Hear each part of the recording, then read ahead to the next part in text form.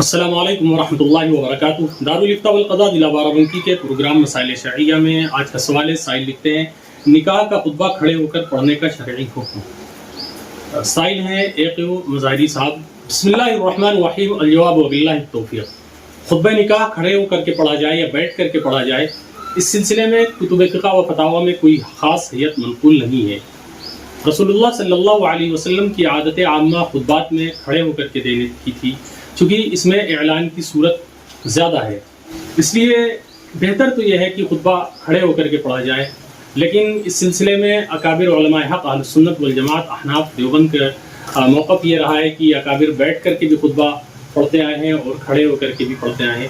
تو اس سلسلے میں خطبہ کھڑے ہو کر کے پڑھا جائے یا بیٹھ کر کے پڑھا جائے، دونوں طریقے سے جائز و درست ہے، اور کسی ایک حیت کو لے کر کے تشدد نہ اختیار کیا جائے۔